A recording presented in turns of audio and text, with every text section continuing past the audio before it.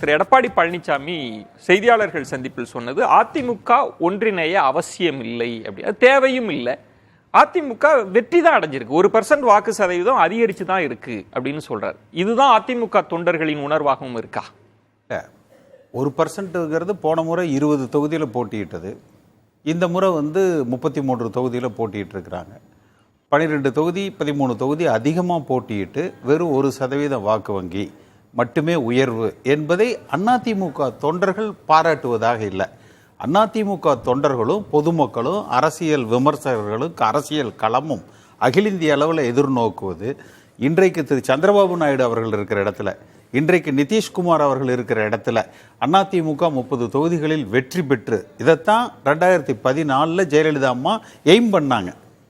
அதாவது மெஜாரிட்டி வராது, ஆனால் அதிமுக 40 தொகுதிகள் வென்றெடுத்து செல்லுகிற பொழுது ஆட்சியை நிர்ணயிக்கிற நிலையில நம்ம இருக்கலாம் என்று தான் லேடியா மோடியான்னு அவங்க களமிறங்கினாங்க. திமுகவுக்கும் பாஜகவுக்கும் மாற்றாக ஒரு களத்தை உருவாக்கி அதில் வென்று காட்டினார்கள். அப்படி ஒரு வாய்ப்பு கிடைத்து ஒரு பிரதமரை முடிவு செய்கிற அந்த வாய்ப்பு கிடைத்து அதிமுக அதை தவற விட்டு விட்டதே என்பது ஒரு பார்வை. அடுத்து எந்த இடத்துல தவற விடுது? இப்போ இன்றைக்கு கூட சொல்றாங்க சட்டமன்றம் தான் எங்களுக்கு முக்கியம்னு.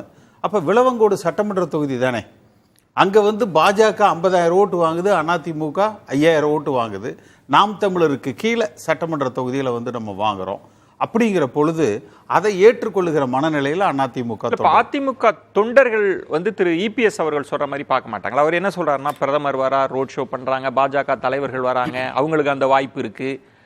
திமுக கூட்டணி கட்சி முதலமைச்சர் உதயநிதி ஸ்டாலின் அவங்க பிரச்சாரம், நான் தன்னந்தனியா நான் போய் பிரச்சாரம் பண்ணி 20% கொண்டு வந்திருக்கேன் அப்படின்றத தொண்டர்கள் பாராட்ட மாட்டாங்களா? இல்லை, அதாவது உங்களை முதல்ல யார் தனியா போக சொல்றாங்க? நீங்க யாருமே வேணான்ட்டு அப்புறம் நான் தனியா போ, உங்களுக்கு நிறைய பேர் வர்றேங்கிறாங்கல்ல, வர்றவங்களை எல்லாம் யாரும் வரக்கூடாதுன்னு சொல்லி நம்ம தடுக்கிறோம். பாஜக கூட்டணிக்கு வேணான்றோம், எல்லாரையும் தடுக்கிறோம். அதுக்கப்புறம் யாருமே என் கூட இல்லை, நான் மட்டும்தான் போறேன் அப்படின்னு அது என்ன சிம்பத்திக்கு சொல்றதா இல்லை தன்னை மட்டுமே உயர்த்தி காட்டுவதற்கு சொல்லப்படுகிற வார்த்தையா? தேர்தல் களம் என்பது இவர் தனியா வர்றாருங்க, இவர் 10 பேரோட வர்றாருங்க, இவர் ஹெலிகாப்டர்ல வர்றாருங்க, இவர் சைக்கிள்ல வர்றாருங்க, இவர் கார்ல வர்றாருங்கிறது அல்ல. கிடைத்த ஓட்டுகள் எத்தனை, நீங்கள் வென்ற தொகுதிகள் எத்தனை, எத்தனை பேர் உங்க கட்சியில இருந்து நாடாளுமன்ற உறுப்பினர்களாக தேர்வு பெற்று நாடாளுமன்றத்துக்குள்ள செல்றாங்க. இல்ல, வெற்றி தோல்வி எல்லாம் கடந்த காலத்தை வச்சு சொல்ல, திமுகவும் கீழே விழுந்திருக்கு, அதிமுகவுக்கும் விழுந்திருக்கு. 9 தொகுதி 9 முறை தொடர் தோல்வி. இது ஒரு முறை இல்ல, 2 முறை இல்ல, 3 முறை இல்ல, 9வது முறை தொடர் தோல்வியை அதிமுக தொண்டனால ஏற்றுக்கொள்ள முடியவில்லை.